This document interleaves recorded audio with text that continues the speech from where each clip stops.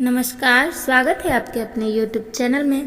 प्रिय भक्तगणों, आज हम लोग श्रावण मास की शुक्ल पक्ष की पुत्रदा एकादशी व्रत का कथा का श्रवण करेंगे। महाराज युधिष्ठिर ने पूछा, हे भगवान, आपने सफलता एकादशी का महात्म्य बताकर बड़ी कृपा की। अब कृपया करके यह बतलाइए कि श्रावण मास की शुक्ल पक्ष एकादशी का नाम क्या है, उसकी विधि क्या है और उनमें से कौन से देवता का पूजन किया जाता है। भक्त वत्सल भगवान श्री कृष्ण बोले, हे राजन, इस एकादशी का नाम पुत्रदा एकादशी है। इसमें भी नारायण भगवान की पूजा की जाती है। इस चर और अचर संसार में पुत्रदा एकादशी के व्रत के समान दूसरा कोई व्रत नहीं है। इसके पुण्य से मनुष्य तपस्वी, विद्वान और लक्ष्मीवान होता है। इसकी मैं एक कथा कहता हूँ, सो तुम ध्यान पूर्वक। भद्रावती नामक नगरी में सुकेतुमान नाम का एक राजा राज्य करता था। उसके कोई पुत्र नहीं था। उसकी स्त्री का नाम शव्या था। वह निपुत्री होने के कारण सदैव चिंतित रहा करती थी। राजा के पितर भी रो रो कर पिंड लिया करते थे और सोचा करते थे कि इसके बाद हमको कौन पिंड देगा। राजा को भाई, बंधु, धन, हाथी, घोड़े, राज्य और मंत्री, इस सब में से किसी से भी संतोष नहीं होता था।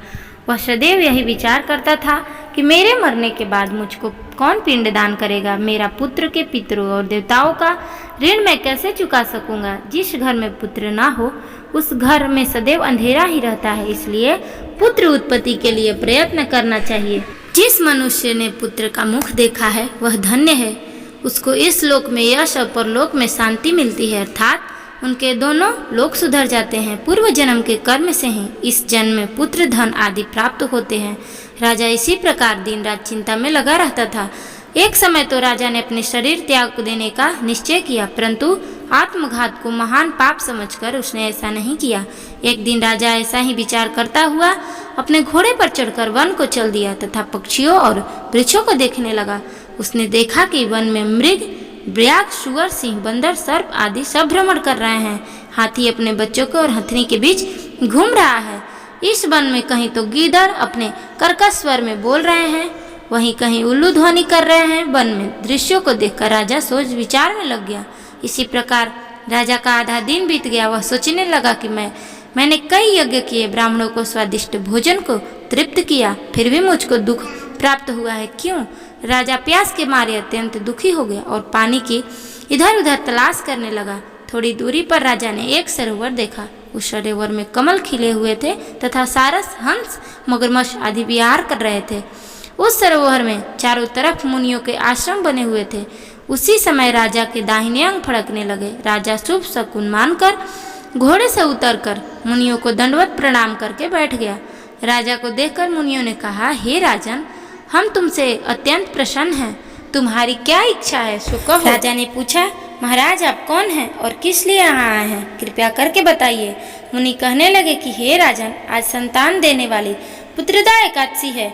हम लोग विश्वदेव हैं और इन सरोवर में स्नान करने के लिए आए हैं। यह सुनकर राजा कहने लगा कि महाराज, मेरे भी कोई संतान नहीं है।